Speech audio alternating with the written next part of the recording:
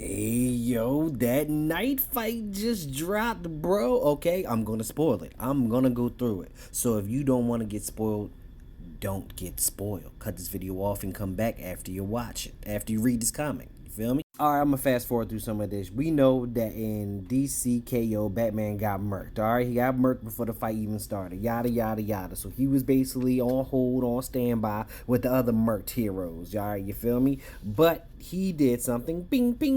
Basically, Batman put a boom tube in his suit that'll teleport him back home if he became inactive for too long. Alright, basically keeping him in a battle because that's a Batman type thing to do. And he somehow transports to like this new sort of Gotham, alright?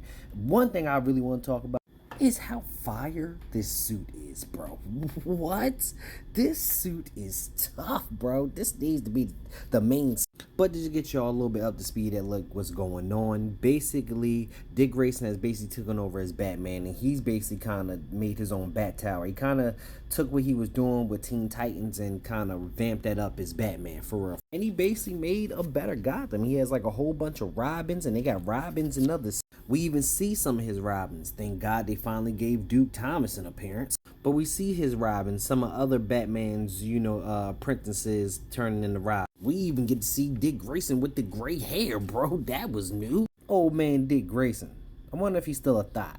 But we get to see Dick Grayson's Batman fight Bruce Wayne's Batman, and Dick Grayson gives him the hand. But in this world, we find out that Bruce killed the other Robins, bro. He said there can only be one Batman, so he killed the other Robins in this world. Which I'm pretty sure Darkseid is behind this whole world, you feel me? So with this first issue, I feel like I know exactly where this is headed.